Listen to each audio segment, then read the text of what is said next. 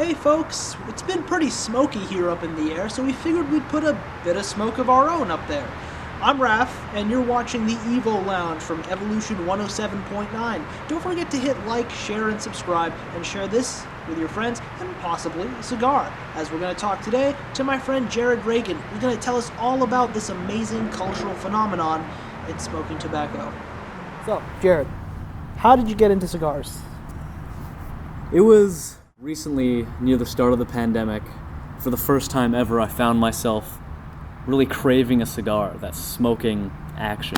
I eventually, as we kept going forth, it was about 2 months into quarantine, around the end of April, where I thought, man, I really want a cigar, and it's been going on for 2 months. I didn't want to be a total noob when I went in to ask for different cigars and types, so I wanted to give the guy, like, answers he could understand to get an idea of what I wanted. And so I looked up a lot about cigars, mainly looked up sizes and how to tell different strengths, and I found out there is no way how to tell different strengths. You're just going to have to wing it. I hope you don't vomit. I've heard them referred to as mild and medium and strong. Like, what are we talking about when we are talking about strength? Is this the level of nicotine that's in them? Not necessarily the level of nicotine, but the strength of the tobacco. A premium cigar, a premium hand-rolled cigar, is made entirely of the leaf, entirely of tobacco leaves. And one of these big cigars can have as much nicotine in it as a full pack of cigarettes. And you'll smoke that in maybe an hour and a half. It depends on the way the tobacco was grown and fermented and the certain conditions that were around it when doing such things. And these things, from what I understand, all contribute to the different strengths. So it's the different types of leaves they use, they're grown in different countries, grown in different ways, and then that will contribute a different strength of how it hits you. And you're right with the different types, there's mild, medium, and bold, or full, or strong, whichever terms you use. It's pretty much all the same, small, medium, large. So do you have a brand or a flavor that you tend to look for? I haven't been smoking long enough to figure that out yet. When I look for stuff, I simply ask, what do you recommend? And since I'm still new to this, I'll say, do you have anything with a mild strength? And they'll generally lead me along that path, but I've noticed that since a lot of these cigar aficionados that sell cigars are so used to smoking, what they think is mild is actually probably medium. As I found with one cigar I had, where I specifically said, do you have any medium cigars? And he said, I said, do you have any mild cigars? And he said, yes, I actually smoked one recently, just a few days ago. And he showed me this one, and I said, that looks perfect, I'll take it. And I took it out, and I smoked part of it, and I said, oh my goodness, that hits. And I was only maybe a third or a half in, and I was already getting hit. Just that's enough. Just let it go out, and then re-smoke it later. When you say it hits, we're talking, I think, about the nicotine kind of head rush that you get from it? Yeah, it's weird. For me, since I don't have any experience, I've never smoked cigarettes, never had nicotine at all before this, my only experience with something that changes you was alcohol. And it actually felt pretty close to being drunk. Beginners looking to get in and get their first cigar, what should they look for? What kind of steps should they expect to take? It's a lot to do with personal preference. I think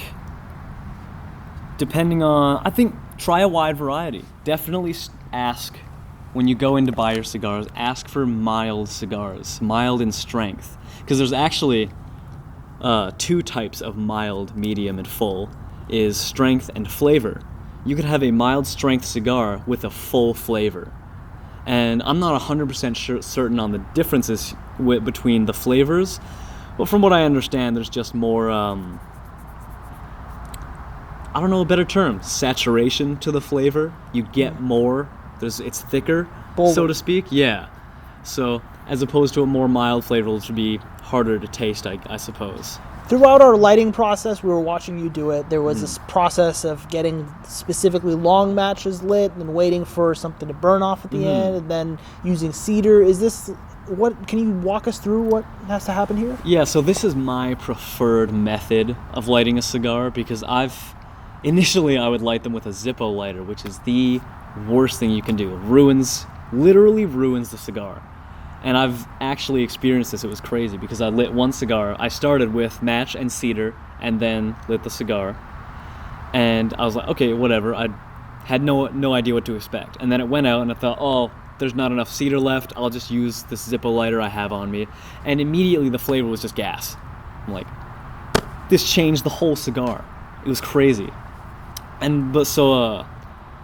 There are gas lighters you can use with butane gas, and that's a very common method, especially when it's a windy day, because your match and wood is not going to hold up in the wind.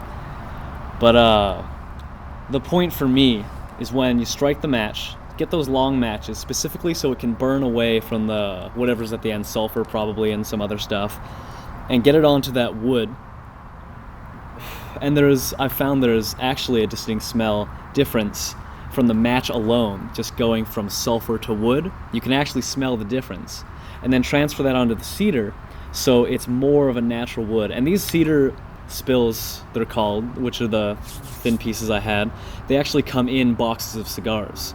Or whenever you go to buy a cigar at a place, you can just say, hey, do you have any spills I could have? And they'll give you them for free. It doesn't matter. They're really small. They just come with the box, whatever. But that cedar, once that's burning, it actually adds, the aromas of the cedar wood add more flavor into the cigar.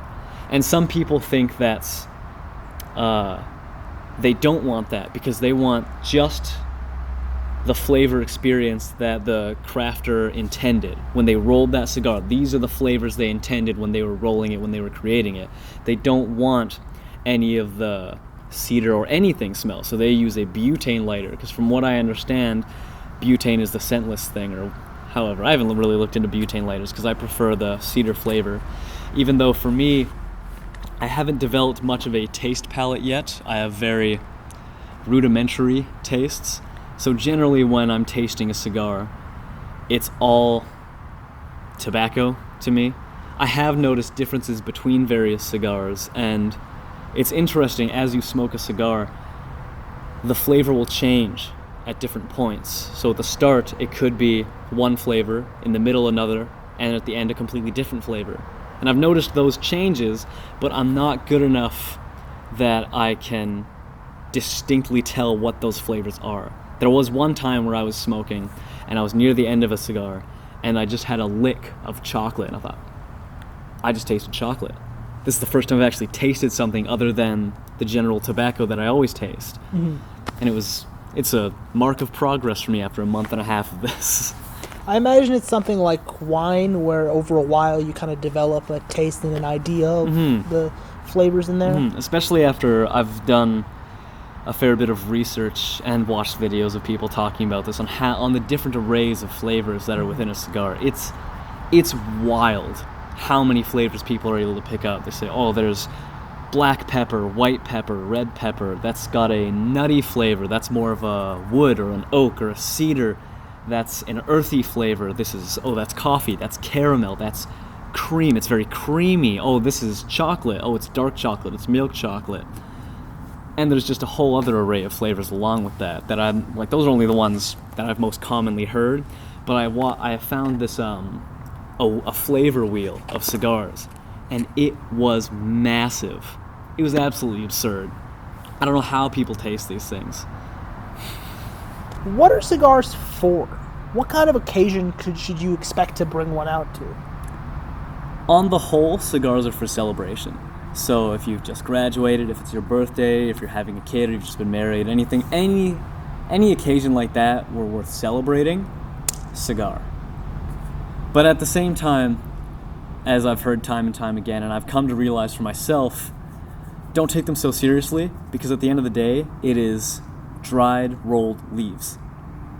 If you put such a seriousness on it, then it just contorts the whole thing and will ruin the experience, especially if you're a type of person to get anxious over this. Like if you light it wrong, if you cut it wrong, oh, it'll ruin the whole thing. Well, no, it's just a bunch of leaves. It doesn't matter at the end of the day. It's like walking through fall and just... All right, everybody, I'm Raph. We just heard a ton about smoking cigars, and, well, I feel the need to go out and try one, and I think that's what I'm going to do. For now, you can hit like, share, and subscribe. Maybe put some smoke up there of your own. This has been Evolution 107.9 with the Evo Lounge. We'll see you next time.